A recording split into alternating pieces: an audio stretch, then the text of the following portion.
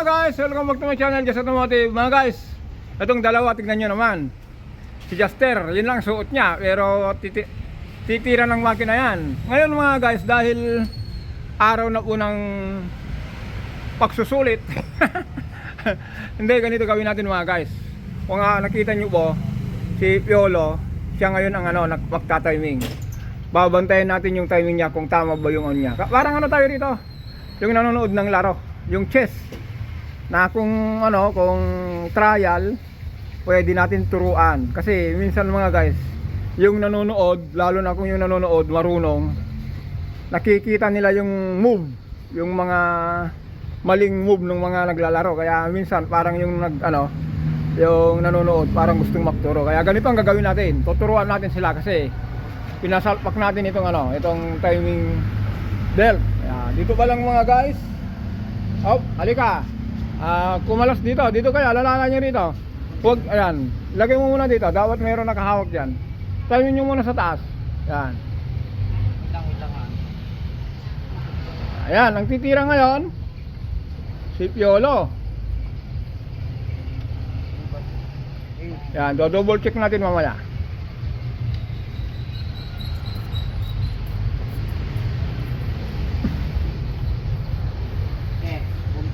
Ako mo lang, sige. Yan si Juster. Siya ang siya yung helper niya.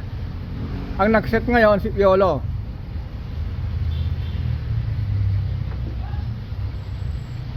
Mamaya, check natin kung tama yung ginagawa nila. Kaya nga sabi ko parang laro ito. Okay na daw, sabi ni Piolo. Yan, check natin mga guys kung tama ba.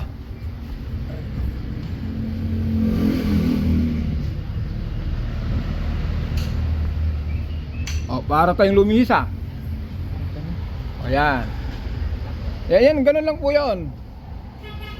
Lumihis sila ng sangiwin. Tama yun, dapat ito isa dito. Di ba? Hindi. Sangiwin, tanggalin nyo muna yan. Dapat kung umaksak ko sa sa taas, ganun din sa baba. Ayan, idiin mo muna. Ang gawin nyo, idiin nyo ito, hawakan nyo ito, magtawin ka muna dyan. Kita mo na yan, idiin mo ito, idiin mo na yan. Yan.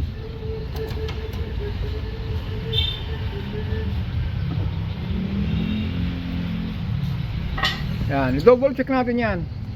Huwag natin hayaan na para walang sisihan. Nakita nyo kanina mga guys, yung unang pasok nila, sabi ni Piolo, okay na. Nang dinouble check natin, mali pala. Kaya i-correct natin. Pero si Juster parang nasa bahay lang Yan. For to mga guys, palit tayo ng water pump kasi mga guys, yung water pump niya malakas magbawas ng tubig, tapos parang nagunguya ng bakal. Mamaya po, pag-usapan natin yan, yung water pump na yan. Pero kasi yung water pump po nito nakakabit sa timing belt, kaya kailangan nating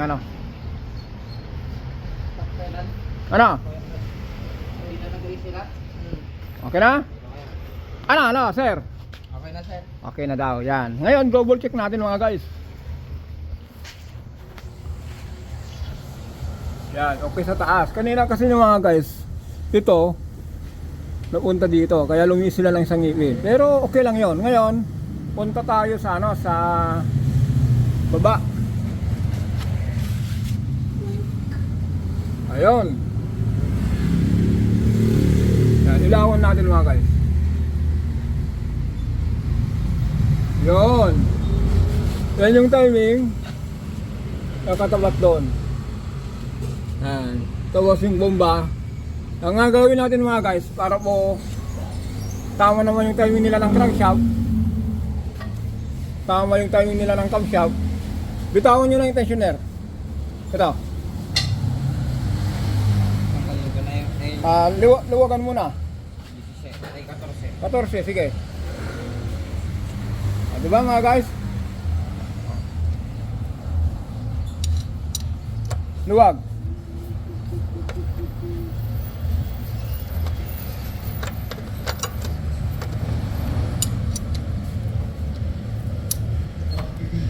Okay na? Okay na.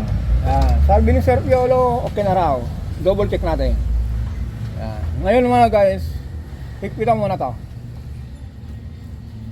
Kasi mga guys, yung tensioner na yan, siya po yung nagbibigay ng tamang tension ng belt kasi may spring po yan. Di ba mamaya, pagkasaban ulit natin yan, makita nyo yung spring na yan.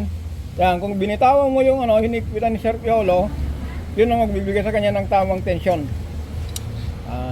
Ito po. Kasi ito kanina, dinan muna natin para may lagay yung timing belt.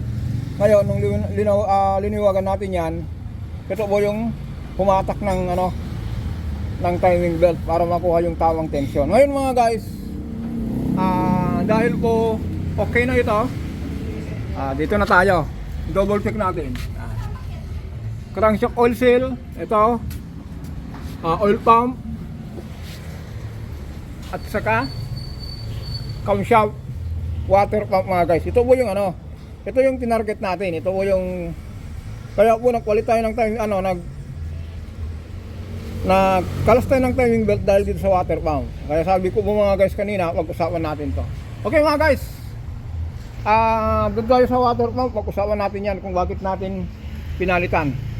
Kasi nagbabawas ng tubig. Okay guys, sabi ko pag-usapan natin to. Mainit. Ayan. Kaya natin pinalitan to mga guys, itong water pump. Kaya na pinag-timing natin sina Sir Piolo at si Sir Juster. Ito po yung tagas, nagbabawas ng tubig.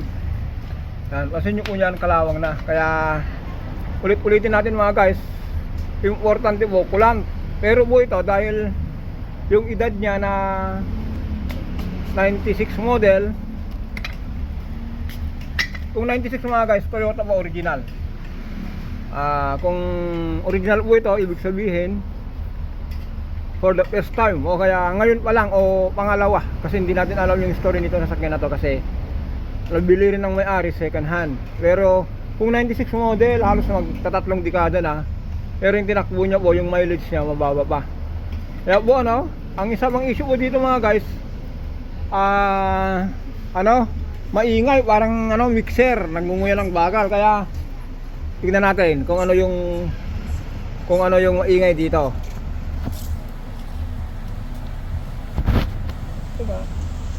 Ito, ikutin natin ito mga guys. Halawakan mo. Ayan. Tignan natin mga guys ha. Ayan. Ito maingay mga guys. At saka ito, maalog. Kasi nyo ha. Yan kita nyo? Umaalog. Gumagalaw ito. Yan ay, patayin natin. Yan ayun. Kaya po umaalog nyan, sira na yung bearing. Ito na rin yung cause yung maingay. Ngayon mga guys, dahil po umaalog yung bearing, maingay, yung seal kit nya, binibitawan na yung tubig. Dito na po kaya linagyan ng butas niyan. Yan po yung palatandaan na kung sira na yung yung bearing o kaya hindi na kayang i-sealed yung tubig, dito na dadaan.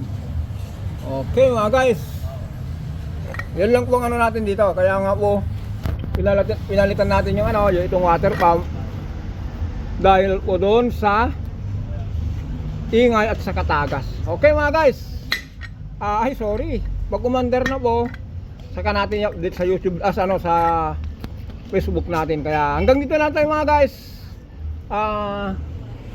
RAV4 may tagas. Ito naman po general overhaul. Yan. Ang ginawa natin, nag-timing dito mga guys, double check ulit natin yung timing. Tama naman. Doon sa camshaft tama naman. Yung crankshaft tama naman. Kaya mga guys, magpaalam na tayo. Don't forget po to subscribe, like and share. Maraming salamat.